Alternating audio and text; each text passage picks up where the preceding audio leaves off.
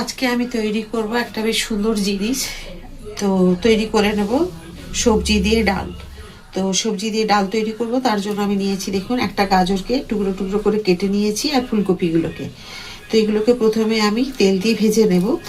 তো ফুলকপিগুলোকে গরম জলে ধুয়েছি, কারণ ফুলকপিতে জানিনি খুব নোংরা থাকে, সেই কারণে গরম জলে ধুয়ে জল ঝরিয়ে নিয়েছি। এখন এগুলোকে ভেজে নেব।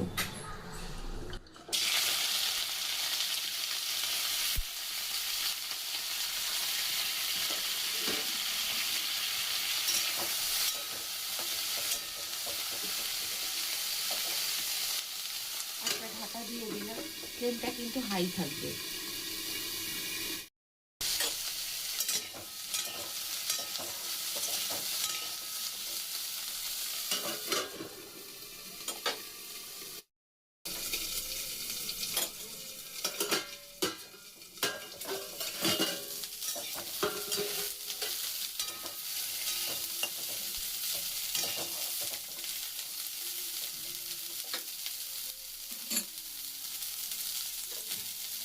দেখুন, এগুলো খুব সুন্দর সেদ্ধ হয়ে গেছে। আর গাজরও বেশি সময় লাগে না সেদ্ধ হতে, ফুলকপি তো লাগবেই না। এবার আমি এগুলোকে, এখানে দেখুন, এখানে আমি মটরশুঁটি রেখেছি। এই মটরশুঁটিগুলোর সাথে ধুয়ে পরিষ্কার করে রেখেছি। এর মধ্যে আমি ফুলকপিগুলোকে রেখে দেবো ভাজা।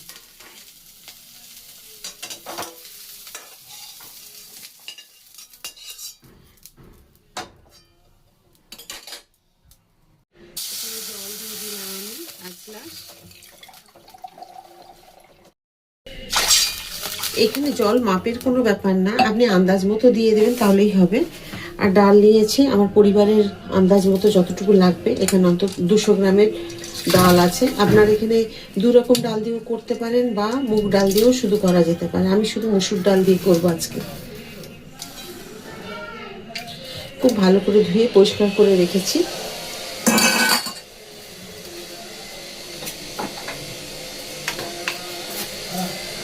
দিয়ে দেবো এখানে নুন।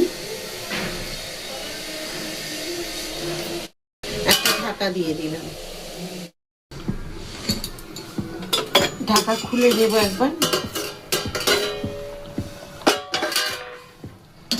কি সুন্দর সেদ্ধ হয়েছে।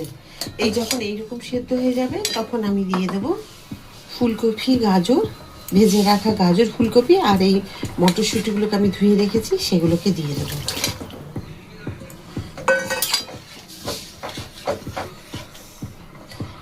ঠিক 10 মিনিট ফুটে যাবে যখন খুব ভালো মতো, তখন দেখে নেব। এখন একটুখানি দিয়ে দেবো হলুদ।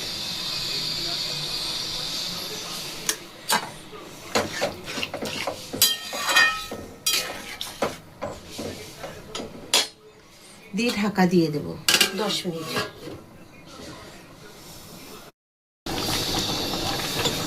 দেখুন কি সুন্দর সব সেদ্ধ হয়ে গেছে। আপনাদের দেখাই, এই যে গাজর আগে তো এমনিই সেদ্ধ হয়ে গেছে, আর 2-3 মিনিট সেদ্ধ হলেই হয়ে যাবে। এবার আমি ডালটা দেখুন সেদ্ধ হয়ে গেছে। এখন আমি আলাদা করে এটাকে নামিয়ে নেব একটা জায়গায়।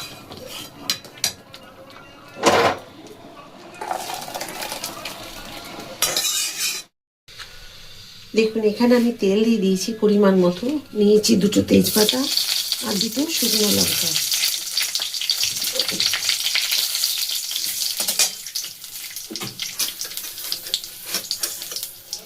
দেবো 1/2 চামচ জিরে।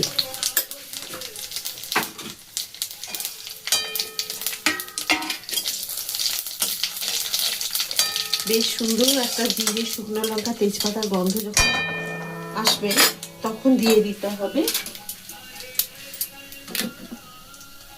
এই যে আমি ডাল রেখেছি। তার আগে আপনাদের দেখাতে ভুলে যাচ্ছি, আমি এই যে টমেটোটা আমি দিতে ভুলে গেছিলাম, তার জন্য আলাদা আবার একটু তেল দিয়ে ভেজে নিলাম। তো এটা দেব।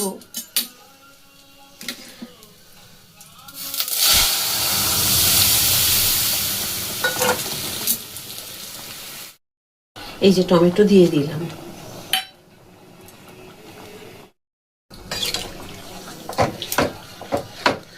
আপনাদের যদি মনে হয় খুব ঘন হয়ে গেছে, আমার ঠিক আছে, যদি মনে হয় তাহলে কিন্তু আপনারা একটু গরম জল দেবেন, ঠান্ডা জল কিন্তু একদমই দেবেন না।